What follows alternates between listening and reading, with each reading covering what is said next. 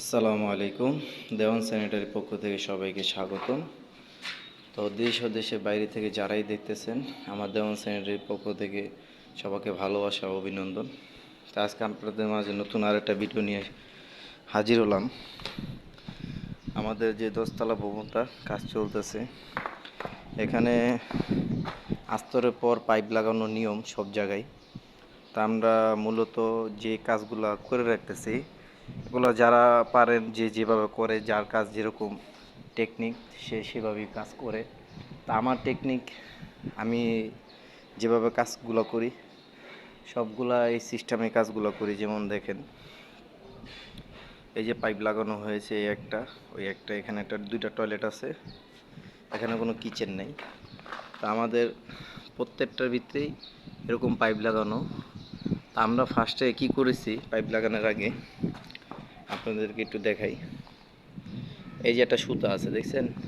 এই যে সুতা, এই সুতাটা হচ্ছে আপনার একবারে ওই ছাদে থেকে, ওই যে সুতা দেখা যাচ্ছে,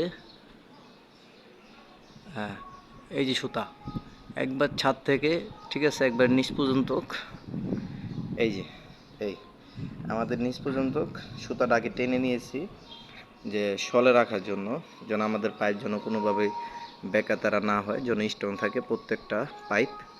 তো এই হিসাব করে আমরা প্রত্যেকটার ভিতরে পাইপ দিয়ে রাখতেছি, ঠিক আছে। পরে আস্তরের পরে আমরা মাচা থাকতে বা হোক, বা আপনার ঝুল মাচা নামিয়ে হোক, বা রাজমিস্ত্রির মাচা থাকতে আমরা পাইপগুলো লাগিয়ে ফেলাবো, ঠিক আছে।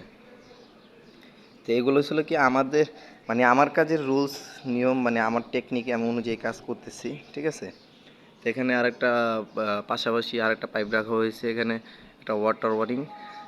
এটা হচ্ছে ওই যে আপনার বাইরে ভার্টিক্যালে যে ওয়াটার পাইপ ঢুকানো লাগে, ওয়াটার পাইপ, পাইপের জন্য রাখা হয়েছে 1.5 ইঞ্চি বেসিনের পাইপ। এই যে দেখুন, 1.5 ইঞ্চি বেসিনের পাইপ রাখা হয়েছে, এটা দিয়ে ওয়াটারের জন্য ঢুকবে। আর এটা হচ্ছে পুরাটা একবারে 10তলা পর্যন্ত বা 11তলা পর্যন্ত, হ্যাঁ এটা 11তলা, 10তলা না, উপরে আরেকটা সিঙ্গেল রুম আছে, ও পর্যন্ত আমরা পাইপ লাগিয়ে ফেলবো।